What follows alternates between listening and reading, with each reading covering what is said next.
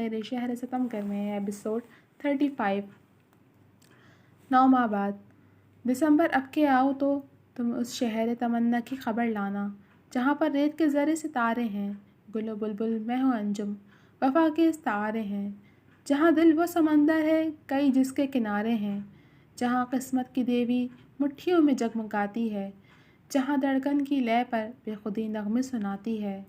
دسمبر ہم سے نہ پوچھو ہمارے شہر کی بابت، یہاں آنکھوں میں گزرے کارواں کی گرد ٹھہری ہے، لبوں پر العطش ہے، بدن میں فاقے پنپتے ہیں، محبت برف جیسی ہے یہاں اور دھوپ کے کھیتوں میں اگتی ہے، یہاں جب صبح آتی ہے تو شب کے سارے سپنے راکھ کے ایک ڈھیر کی صورت میں ڈھلتے ہیں، یہاں جذبوں کی ٹوٹی کرچیاں آنکھوں میں چبھتی ہیں، یہاں دل کے لہو میں اپنی پلکوں کو ڈبو کر ہم سنہرے خواب بنتے ہیں، پھر ان خوابوں میں جیتے ہیں، انہی خوابوں میں مرتے ہیں۔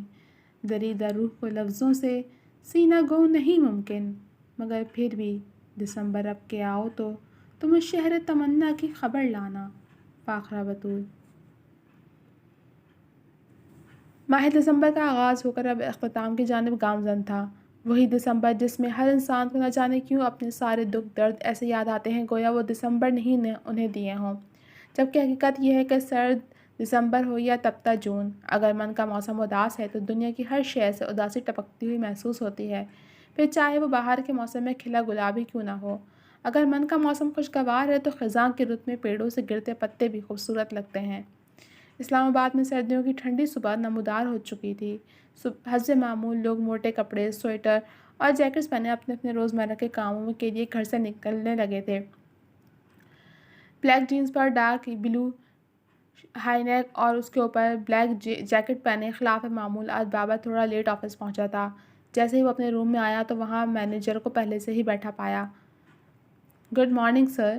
وہ کرسی پر سے اٹھے۔ گڈ مارننگ، کیا بات ہے اعجاز صاحب، آپ یہاں کیسے؟ وہ انہیں واپس بیٹھنے کا اشارہ کرتے ہوئے خود بھی اپنی سنگل چیئر پر آ بیٹھا۔ بات ہی کچھ ایسی تھی سر۔ وہ واپس بیٹھ چکے تھے۔ کیا بات ہے؟ وہ جو جلاجی گروپس ہیں نا، انہوں نے کانٹریکٹ کے مد میں اپنی کچھ شرائط مزید بڑھا دی ہیں، انہوں نے فکر مندی سے بتایا۔ ان کی اتنی شرطیں مان کر ہی تو ڈیل سائن کی تھی، اب کیا نیا دورہ پڑ گیا ہے؟ وہ سخت بدمزہ ہوا۔ پتہ نہیں، یہ کچھ مزید کنڈیشنز کی لسٹ بھیجی ہے انہوں نے کہتے ہوئے ٹیبل پر اپنے سامنے رکھی فائل سے ایک کاغذ نکال کر بابر کی جانب بڑھایا۔ بابر وہ کاغذ لے کر پڑھ رہا تھا کہ اسی دوران اعجاز کا موبائل بج اٹھا۔ انہوں نے کوٹ کی جیب سے موبائل نکال کر دیکھا۔ سر، مسٹر جیلانی کی ہی کال ہے، مینیجر نے فوری اطلاع دی۔ بابر نے ان کا موبائل لے کر کال ریسیو کی۔ جی مسٹر جیلانی۔ وہ موبائل کان سے لگائے ہنوز کاغذ پڑھ رہا تھا۔ جی، پہنچ گئی ہے میرے پاس آپ کی فرمائشی لسٹ، اس کی وجہ جان سکتا ہوں میں؟ اس کا انداز طنزیہ تھا، جس کے بعد وہ دوسری جانب کا جواب سننے لگا۔ ٹھیک ہے، اب آپ میری بات سنیں، میں ابھی اسی وقت اس لسٹ کو آنکھ لگا رہا ہوں، سنا آپ نے؟ بابر کے دو ٹوک انداز پر اعجاز مزید متفکر ہو گئے۔ وہ جانتے تھے کہ بابر جب اپنی کرنے پر آتا تھا تو کسی کی نہیں سنتا تھا، پھر چاہے اس کا نقصان ہی کیوں نہ ہو جائے۔ آپ کیا کینسل کریں گے کانٹریکٹ؟ میں خود ہی یہ درد سر ختم کر رہا ہوں۔ ان کی کسی بات پر بابر نے تنفر سے کہا۔ کوئی بھی ریلیشن ہو وہ دو طرفہ تعاون سے ہی خوشگوار رہتا ہے، ایسا نہیں ہوتا کہ ایک فریق دوسرے سے اپنی ہر جائز ناجائز بات منواتا جائے، اور جہاں ایسا ہوتا ہو میں وہاں ریلیشن نہیں رکھتا، پھر چاہے مجھے کتنا ہی لاس کیوں نہ ہو جائے۔ اس نے بے خوف و خطر فیصلہ سنایا۔ اللہ حافظ، اور اتنا کہہ کر لائن ڈسکنیکٹ کر دی۔ یہ کیا کیا سر آپ نے؟ ہمارے ہاتھ سے لاکھوں کا کانٹریکٹ چلا گیا۔ وہ ٹوکے بنا نہ رہ پائے۔ یہ دنیا کا آخری کانٹریکٹ نہیں تھا اعجاز صاحب، اور آپ جانتے ہیں کہ جو میرے ساتھ جیسا کرتا ہے میں اس کے ساتھ ویسا ہی دگنا زیادہ کرتا ہوں، جو میرے ساتھ ٹھیک چل رہا ہے میں بھی اس کے لیے بہت اچھا ہوں، اور جو مجھے ڈبل کراس کرتا ہے اس میں اس سے زیادہ برا بن کر دکھاتا ہوں۔ اس سے تو پھر محض کانٹریکٹ ہی ختم کیا ہے۔ اس نے موبائل انہیں واپس دیتے ہوئے بلا کی خود اعتمادی سے کہا۔ آپ کی بات ٹھیک ہے، لیکن سوری ٹو سے اس سے ہماری مارکیٹ ویلیو پر اثر پڑتا ہے، پھر لوگ باتیں کرنے لگتے ہیں کہ بابر ہاشمی بہت مغرور انسان ہے۔ انہوں نے دبے دبے لفظوں میں جتایا کہ اس کا یہ رویہ غلط ہے۔ لوگوں کو انہی کے انداز میں جواب دینے سے اکثر ہم پر مغروریت کا ٹھپا لگ جاتا ہے۔ یہ کوئی نئی بات نہیں ہے، میں ہر انسان کو ویسا ہی ٹریٹ کرتا ہوں جیسا وہ مستحق ہوتا ہے، پھر چاہے اسے اچھا لگے یا برا، آئی ڈونٹ کیئر۔ اس نے بے نیازی سے کہتے ہوئے کاغذ میز پر پھینکا جس کی اب کوئی اہمیت نہیں رہی تھی، جبکہ اعجاز صاحب نہ چاہتے ہوئے بھی خاموش ہو گئے۔ اچانک جیکٹ کی جیب میں رکھا بابر کا موبائل بجا۔ اس نے موبائل نکال کر دیکھا تو پل بھر میں اس کا بے نیاز تاثر غائب ہوا اور چہرے پر محبت کی نرمی نے جگہ لے لی۔ وہ سمجھ گئے تھے کہ کس کی کال ہے۔ السلام علیکم بی جان، اس نے خوش دلی سے کہا۔ ان کا اندازہ صحیح تھا۔ کیوں، خیریت؟ سب ٹھیک تو ہے نا؟ وہ یکدم متفکر ہوتے ہوئے دوسری جانب کی بات سننے لگا۔ اچھا ٹھیک ہے، آپ لوگ ہاسپٹل پہنچے، میں آ رہا ہوں، اللہ حافظ۔ اس نے مختصر کہہ کر لائن کاٹی۔ کیا ہوا سر، سب ٹھیک تو ہے نا؟ انہیں بھی تشویش ہوئی۔ میری بہن کی طبیعت خراب ہو گئی ہے، مجھے ارجنٹ کراچی جانا ہے، آپ پلیز آج کی میٹنگ سنبھال لیجیے گا۔ وہ موبائل واپس جیب میں رکھتے ہوئے عجلت میں کہتا کھڑا ہوا اور برق رفتاری سے باہر نکل گیا۔ اعجاز صاحب پچھلے کئی مہینوں سے یہ جلد بازیاں دیکھنے کے بعد اب اس کے عادی ہو گئے تھے، کیونکہ انہیں بھی پتہ تھا کہ بابر کا ایک پیر اسلام آباد میں ہوتا تھا اور دوسرا کراچی میں، جس کے چلتے پیشتر معاملات انہیں ہی دیکھنے پڑتے تھے۔ قریب 1.5 سے 2 گھنٹے میں بابر کراچی پہنچ گیا تھا اور سیدھا اسی نجی ہسپتال میں آیا تھا جہاں خود اس نے رخسار کا نام لکھوایا تھا۔ وہ لفٹ میں موجود تھا۔ جیسے ہی مطلوبہ فلور پر پہنچ کر لفٹ کے دونوں دروازے جدا ہو کر کھلے، دوسری جانب اسے وہ کھڑی ملی، وہی جس نے کئی ماہ پہلے اس سے کہا تھا کہ وہ اس کی شکل تک نہیں دیکھنا چاہتی ہے، اور اس کی خواہش کا بھرم وہ شخص اب تک برقرار رکھے ہوئے تھا جو کہتا تھا کہ جو میرے ساتھ جیسا کرتا ہے میں اس کے ساتھ ویسا ہی دگنا زیادہ کرتا ہوں، مگر اس معاملے میں صورتحال بالکل الٹ تھی۔ وہ اس پر نظر اندازی کا ستم کرتی چلی آ رہی تھی اور وہ چپ چاپ سہتا چلا جا رہا تھا۔ وہ گھر میں نہیں آتا تھا، بس باہر سے ہی رخسار اور بی جان کو پک کر کے چیک اپ کے لیے لے جاتا تھا اور چھوڑ دیتا تھا، یا پھر ان سے ہم ہوا خون پر رابطے میں رہتا تھا، مگر 9 ماہ بعد نظروں سے اوجھل رہنے کا وہ سلسلہ ٹوٹ گیا تھا، جس کے باعث پردہ گرا اور نگاہیں چار ہونے پر سیاہ اور شہد رنگ آنکھوں کی ڈور آپس میں الجھ گئی۔ بعد مدت اسے دیکھا لوگوں، وہ ذرا بھی نہیں بدلا لوگوں، خوش نہ تھا مجھ سے بچھڑ کر وہ بھی، اس کے چہرے پہ لکھا تھا لوگوں، اس کی آنکھیں بھی کہہ دیتی تھیں، رات بھر وہ بھی نہ سویا لوگوں، اجنبی بن کے جو گزرا ہے ابھی، تھا کسی وقت میں اپنا لوگوں، دوست تو خیر کوئی کس کا ہے، اس نے دشمن بھی نہ سمجھا لوگوں، رات وہ درد میرے دل میں اٹھا، صبح تک چین نہ آیا لوگوں، پیاس صحراؤں کی پھر تیز ہوئی، ابر پھر ٹوٹ کے برسا لوگوں۔ پروین شاکر۔ وہ دونوں اپنی اپنی جگہ پر ساکت کھڑے ایک دوسرے کو دیکھ رہے تھے، تبھی لفٹ کے دروازے دوبارہ بند ہونے لگے۔ دونوں نے بے ساختہ لفٹ کا ایک ایک پٹ تھام کر روک لیا، گویا دوبارہ یہ دیوار حائل ہونے سے ڈر گئے ہوں جسے گرنے میں 9 ماہ لگے تھے، لیکن پھر اپنی اس بے اختیاری پر دونوں خود ہی شرمندہ ہو گئے اور ہاتھ ہٹا لیے۔ وہ لفٹ سے باہر آ گیا اور اس کے پیچھے لفٹ بند ہو گئی۔ رخسار کہاں ہے؟ اس نے سادگی سے پوچھا، حالانکہ وہ ریسیپشن سے روم نمبر پوچھ کر آیا تھا، مگر طویل عرصے بعد اب جب نگاہوں کو دیدار نصیب ہو گیا تھا تو براہ راست سماعت کو بھی اس کی آواز سے مستفید کرنے کے لیے کوئی بہانہ تو چاہیے تھا۔ روم نمبر 402، سادہ سا جواب ملا، مگر یہ مختصر الفاظ اور سپاٹ آواز اس سماعت کے لیے کسی چاشنی سے کم نہیں تھی۔ وہ سر ہلا کر آگے بڑھ گیا جبکہ وہ لفٹ کال کرنے لگی جو دوسرے فلور پر جا چکی تھی۔ بینی نے نیلے رنگ کا سادہ سا سوٹ پہن کر اوپر براؤن سویٹر پہنا ہوا تھا، ہم رنگ دوپٹہ شال کی طرح اپنے گرد اوڑھ کر مخصوص انداز سے آدھے بالوں میں چھوٹا سا کیچر لگایا ہوا تھا۔ بابر کو پہلے سے زیادہ سنجیدہ لگی، جبکہ وہ تو اس شوق سے بینی کو واپس دیکھنا چاہتا تھا جس سے وہ پہلی بار کراچی کینٹ اسٹیشن پر ملا تھا، لیکن حقیقت یہ بھی تھی کہ اس کی شوخی کا قاتل وہ خود ہی تو تھا اور اس جرم کی سزا وہ ابھی تک بھگت رہا تھا، اس کے موم ہونے کے انتظار میں جسے اس کی ستمگری نے پتھر بنا دیا تھا۔ وہ انہی سب سوچوں میں غلطاں دستک دے کر مطلوبہ کمرے میں داخل ہوا تو سامنے ہی بیڈ پر اسے پیٹ تک چادر اوڑھے رخسار لیٹی ملی، جس کی ایک ہاتھ پر ڈرپ لگی ہوئی تھی اور اس نے مریضوں کا مخصوص سفید گاؤن پہنا ہوا تھا جس پر چھوٹے چھوٹے سیاہ نقطے پرنٹ تھے۔ اس کے پاس رکھے اسٹول پر بی جان گلابی کمبل میں لپٹی اپنی ننھی سی پوتی کو گود میں لیے خوشی سے پھولے نہیں سما رہی تھیں۔ بابر بھائی، رخسار خوشگوار حیرت سے بولی تو بی جان بھی اس کی جانب متوجہ ہوئیں۔ کیسی ہو؟ وہ پوچھتا ہوا ان لوگوں کی جانب آیا۔ بس یوں سمجھیں کہ اپنی اولاد کو دیکھتے ہی میں ساری تکلیف بھول کر بالکل ٹھیک ہو گئی ہوں، اس نے ممتا سے چور انداز میں جواب دیا۔ دیکھو بابر، بیٹی ہوئی ہے، کتنی پیاری ہے نا، بھی جان اپنی جگہ سے کھڑی ہو گئیں۔ وہ ان کے پاس آ گیا، ان کی گود میں موجود ننھی سے گلابی گڑیا کو دیکھنے لگا جو آنکھیں بند کے سو رہی تھی۔ کاشان کو بتا دیا؟ وہ بھی تو آج آنے والا ہے نا؟ بابر نے رخسار سے پوچھا۔ نہیں، انہیں ابھی کچھ نہیں بتایا، البتہ وہ آج رات تک آ جائیں گے۔ تب تک میں بھی گھر چلی جاؤں گی کیونکہ ڈاکٹر کہہ رہی تھی کہ میں شام تک گھر جا سکتی ہوں۔ ڈاکٹر نے تو اگلے ہفتے کی ڈیٹ دی تھی، مگر مجھے اچانک ہی درد اٹھ گیا۔ اب وہ ڈیلیوری سے پہلے اسی لیے آ رہے تھے کہ میرے ساتھ موجود رہ سکیں، لیکن لگتا ہے ان کی بیٹی کو زیادہ جلدی تھی۔ ابھی انہیں اس بارے میں کچھ نہیں بتایا ہے۔ میں چاہتی ہوں کہ جب انہیں یہ خبر ملے تو میں اپنی آنکھوں سے ان کے تاثرات دیکھ سکوں۔ اس نے تفصیلی وضاحت کرتے ہوئے اپنی معصوم خواہش بتائی تو وہ بھی مسکرا دیا۔ لو، گود میں لو اسے۔ بی جان نے اسے بابر کی جانب بڑھایا۔ کیا میں؟ وہ تھوڑا گھبرایا۔ ہاں تو، آپ ماموں ہیں اس کے، آپ کا بھی تو حق بنتا ہے، رخسار نے فوراً کہا۔ بی جان نے بچی کو اس کی جانب بڑھایا تو اس نے ہچکچاتے ہوئے آہستہ سے گود میں لے لیا۔ بابر کو لگا کہ اس نے کوئی نرم سا روئی کا گولا اپنی باہوں میں لیا ہے۔ زندگی کی بھٹی میں پکا جوان ہونے کے بعد چند گھنٹوں کے کسی نومولود کو گود میں لینے کا یہ پہلا تجربہ تھا۔ اس وقت جو کیفیت تھی وہ بیان سے باہر تھی۔ اسے لگ رہا تھا کہ رونگٹے کھڑے ہو رہے تھے اور دل بھر آیا ہے۔ آپ کو پتہ ہے میں نے اس کا نام بھی رکھ لیا ہے؟ رخسار کے کہنے پر اس نے سوالیہ انداز میں سر اٹھایا۔ بریرہ، اس نے مسکراتے ہوئے جواب دیا۔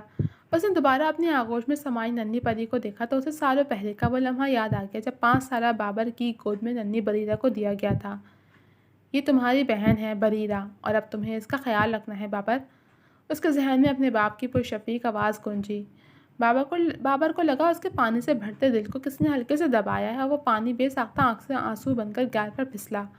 وہ فیصلہ نہیں کر پایا کہ یہ آنسو بہن کو کھونے کے دکھ میں گرا تھا یا دوبارہ اس کی پرچھائی پا لینے کی خوشی میں۔ اس نے بے ساختہ لرزتے لبوں کے ساتھ آہستہ سے اس کا مومی گال چوما اور اسے اپنے سینے میں بھینچ لیا۔ بی جان اور رخسار بس چپ چاپ مسکراتے اسے دیکھتی رہیں، جس نے دل میں یہ عہد کر لیا تھا کہ اس ننھی پری کی تاعمر دل و جان سے حفاظت کرنی ہے۔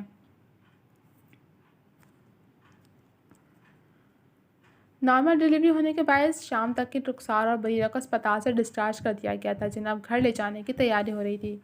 رخسار کو ویل چیئر پر باہر لا کر گاڑی کی پچھلی نشست پر بٹھا دیا گیا تھا اور اسی کے ساتھ بی جان بھی بریرہ کو گود میں لیے بیٹھ گئی تھیں۔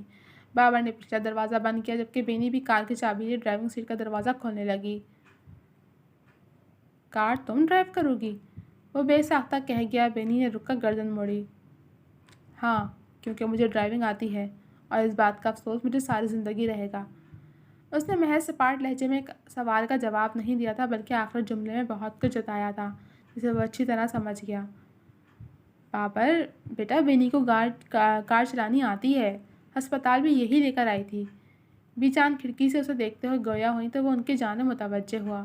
بینی نے ڈرائیونگ سیٹ پر بیٹھ کر زور سے دروازہ بند کر دیا۔ ٹھیک ہے، آپ لوگ چلیں، میں بھی پیچھے ہی آ رہا ہوں، وہ انہیں جواب دے کر آگے بڑھ گیا۔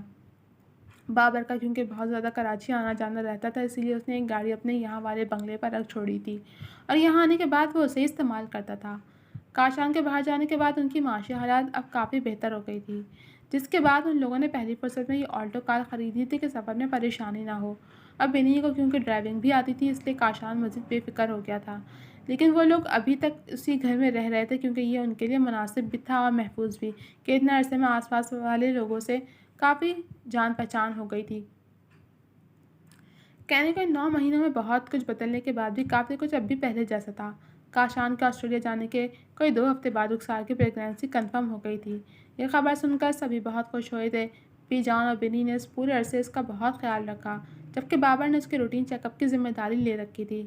وہ باہر سے ہی انہیں پک اینڈ ڈراپ کرتا تھا کیونکہ وہ بینی کو مزید نہیں ستانا چاہتا تھا، لیکن بریرہ کی پیدائش کا سن کر وہ خود کو روک نہیں پایا اور بنا سوچے سمجھے پہلی فرصت میں وہاں پہنچ گیا۔ غیر متوقع طور پر بینی نے اسے دیکھ کر کوئی واہ ویلا نہیں کیا، شاید وہ بھی اس خوشی کے رنگ میں بھنگ نہیں ڈالنا چاہتی تھی۔ اس پچھلے پورے عرصے میں کسی نے دوبارہ اس سے بابر کے متعلق کوئی بات نہیں کی اور جو جیسا چل رہا تھا چلنے دیا، مگر اس کا کھنچاؤ ابھی بھی قائم تھا جسے سب نے محسوس کیا مگر کچھ نہیں کہا۔ سورج غروب ہو گیا تھا، رات نکل آئی تھی اور اپنے ساتھ اسے بھی لے کر آئی تھی جس کا کوئی کب سے منتظر تھا۔ بابر کاشان کو ایئرپورٹ ریسیو کرنے گیا تھا۔ وہ بین الاقوامی خارجی راستے پر کھڑا انتظار کر رہا تھا جہاں دیگر افراد بھی اپنے اپنے پیاروں کی وطن واپسی کے منتظر تھے۔ تبھی بلو جینس کے ساتھ سفید ٹی شرٹ پر ڈارک بلو لیدر کی جیکٹ پہنے کاشان بیگ سے لدی ٹرالی دھکیلتا نظر آیا، جس کے چہرے پر اب تراشی ہوئی شیو تھی جو اسے مزید جاذب نظر بنا رہی تھی۔ وہ بھی متلاشی نظروں سے اس بھیڑ میں شاید بابر کو ہی ڈھونڈ رہا تھا۔ بابر نے ہاتھ ہلا کر اسے اپنی جانب متوجہ کیا تو وہ بھی اس کی طرف چلا آیا۔ ویلکم بیک، بابر کہتے ہوئے گرم جوشی سے گلے ملا۔ تھینکس، کیسے ہو تم اور باقی سب کیسے ہیں؟ وہ مسکراتے ہوئے الگ ہوا۔ میں بھی فٹ ہوں اور باقی سب بھی بالکل ٹھیک ہے، لیکن دیکھنا تمہیں دیکھتے ہی بی جان کہیں گی کہ کتنے کمزور ہو گئے ہو۔ جب میں بھی کہیں باہر سے آتا تھا تو ان کا یہی ری ایکشن ہوتا تھا۔ اس کی بات پر وہ بھی ہنس پڑا۔ دونوں اسی طرح باہر آ گئے۔ بابر نے ابھی تک اسے نہیں بتایا تھا کہ وہ باپ کے عہدے پر فائز ہو گیا، بلکہ اسے یوں ہی ہلکی پھلکی باتیں کرتا رہا۔ تھوڑی دیر بعد دونوں گھر پہنچ گئے تھے۔ بابر کے پاس ڈپلیکیٹ چابی ہوتی تھی جس سے وہ دروازہ کھول کر دونوں اندر آئے۔ لاؤنج میں ہی انہیں بینی اور بی جان مل گئیں۔ میرا بیٹا آ گیا۔ بی جان نے جذباتی انداز میں اس کا چہرہ تھاما تو وہ بھی مزید جھک گیا۔ انہوں نے اس کی روشن پیشانی کو چومی۔ جواباً اس نے بھی انہیں گلے سے لگایا۔ کیسی ہیں آپ؟ وہ پوچھتے ہوئے الگ ہوا۔ میں بالکل ٹھیک ہوں، لیکن تم کتنے کمزور ہو گئے ہو؟ ٹھیک سے کھاتے پیتے نہیں تھے نا وہاں؟ انہوں نے اچھے خاصے کاشان کو دیکھتے ہوئے فکر مندی سے کہا۔ اس نے اور بابر نے ایک دوسرے کو معنی خیزی سے دیکھا۔ بہت دنوں بعد دیکھا ہے نا، اس لیے ایسا لگ رہا ہے۔ اس نے ان کا وہم دور کیا۔ تو کیسی ہے؟ وہ بینی کے پاس آیا اور اسے خود سے لگایا۔ ٹھیک ہوں، بس کوئی لڑنے والا نہیں تھا تو بہت بور ہو گئی تھی تیرے بنا، اس نے بھی مسکراتے ہوئے جواب دیا۔ رخسار کہاں ہے؟ اب اس نے وہ سوال کیا جو وہ سب سے پہلے کرنا چاہتا تھا۔ کمرے میں آرام کر رہی ہے، جہاں وہیں مل لے، بنی نے اپنی مسکراہٹ قابو کرتے ہوئے کہا جو اس کا رد عمل سوچ کر چہرے پر امڑنے لگی تھی۔ وہ کمرے کے جانب بڑھ گیا جبکہ یہ لوگ اس کا تعصب سوچتے ہوئے محظوظ ہونے لگے۔ کاشان کمرے کا دروازہ کھول کر جیسے ہی اندر داخل ہوا تو چند لمحوں کے لیے وہیں ساکت ہو گیا۔ رخسار سرہانے سے ٹیک لگائے بیٹھی تھی۔ اس کی گود میں گلابی کمبل میں لپٹا ایک ننھا وجود تھا جسے وہ پیار سے پچکار رہی تھی۔ دروازہ کھلنے کی آہٹ پر وہ بھی اسی طرف متوجہ ہوئی۔ آپ آ گئے؟ اس کے چہرے پر بھی دیدنی خوشی در آئی۔ وہ ٹرانس کی سی کیفیت میں چلتا بیڈ کی جانب آیا اور پاس بیٹھ گیا۔ مبارک ہو، آپ ایک شہزادی کے پاپا بن گئے۔ رخسار نے مسکراتے اسے کاشان کی جانب بڑھایا۔ یہ کب؟ وہ بس اتنا ہی پوچھ پایا۔ آج صبح ہی تشریف لائی ہیں محترمہ، شاید پاپا سے ملنے کی بہت بے صبری تھی، اس نے اسی پرمسرت انداز میں مزید بتایا۔ کاشان نے خوشی سے لرزتے ہاتھوں سے اسے گود میں لیا تو روح تک ایک انوکھی سی سرشاری دوڑ گئی۔ اس نے بے ساختہ اس کا پھولا ہوا نرم گال چوما اور خوشی کے مارے آپ دیدہ ہو گیا تھا۔ اسے یقین نہیں آ رہا تھا کہ وہ جو خود کل تک کچرے کے ڈھیر سے ملا ایک لاوارث تھا جس کی اپنی ایک محبت کرنے والی فیملی تھی، کئی گنا بہتر معاشی حالات تھے اور اب وہ ایک پیاری سی بیٹی کا باپ بن گیا تھا۔ اس کا دل کر رہا تھا کہ وہ اسے یوں ہی گود میں لیے بیٹھا بس دیکھتا جائے۔ میں نے اس کا نام بھی رکھ لیا ہے۔ رخسار کی بات پر اس نے چونک کر سر اٹھایا۔ کیا نام رکھا؟ اس نے بھی جاننا چاہا۔ بریرہ، بریرہ کاشان احمد۔ جواب پر کاشان کا دل زور سے دھڑکا۔ جب اسے رخسار کے پریگنینسی کی خبر ملی تھی تو دل میں یہ خواہش اٹھی تھی کہ اگر بیٹی ہوئی تو اس کا نام بریرہ رکھے گا، مگر رخسار کا خیال کرتے ہوئے وہ یہ خواہش زبان پر نہیں لایا تھا کہ اول تو نام رکھنے کا حق ماں کا ہوتا ہے، دوسرا کہیں وہ یہ نہ سوچے کہ بیوی ہونے کے بعد بھی کاشان کے دل میں اب تک اس سے پہلے کوئی اور ہے، مگر وہ غلط تھا۔ وہ تو بنا بولے ہی اس کی خواہش سمجھ کر پوری کر چکی تھی۔ کہاں کھو گئے؟ خود کو یکٹک تکتا پا کر رخسار نے نظروں کے سامنے ہاتھ ہلایا۔ کہیں نہیں، بس آج مجھے پھر تم سے شادی کرنے کے فیصلے پر فخر ہو رہا ہے۔ اس نے کمال مہارت سے اپنے جذبات کی ترجمانی کی تو وہ بھی مسکرا دی۔ شکریہ مجھے یہ خوشیاں دے کر مکمل کرنے کے لیے، کاشان نے محبت پاش انداز میں کہتے ہوئے اس کا ماتھا چوما اور اسے خود سے لگا لیا۔ مکمل تو آپ نے کیا ہے مجھے نئے سرے سے جوڑ کر، ورنہ میں تو بس ختم ہو چکی تھی۔ اس نے بھی پرسکون ہوتے ہوئے آنکھیں بند کر لیں۔ بالآخر طویل انتظار کے بعد اسے اب دوبارہ اپنے شوہر کی محفوظ پناہ نصیب ہوئی تھی۔ دراصل ہم دونوں کو آج ہماری بیٹی نے مکمل کر دیا، کاشان نے اپنے ایک بازو میں موجود بریرہ کو دیکھتے ہوئے کہا۔ رخسار بھی اس کے سینے سے لگی اپنی بیٹی کا گال سہلانے لگی۔ کاشان، بریرہ، رخسار، یہ تینوں تکون کے تین کناروں کے مانند مل کر آپس میں جڑے تھے اور ایک دوسرے کو مکمل کر گئے تھے۔ اپنے احساس سے چھو کر مجھے سندل کر دیا، میں جو صدیوں سے ادھورا تھا مجھے مکمل کر دیا۔ جی تو جناب، کیسی لگی آپ کو یہ ہیپی سی سویٹ سی ایپیسوڈ؟ مجھے تو بہت پسند آئی۔ تو کمنٹ سیکشن میں آپ بھی اپنی رائے کا اظہار ضرور کیجیے گا۔ جلد ملوں گے آپ سے اگلے ایپیسوڈ کے ساتھ، تب تک کے لیے اجازت دیجیے۔ اللہ حافظ۔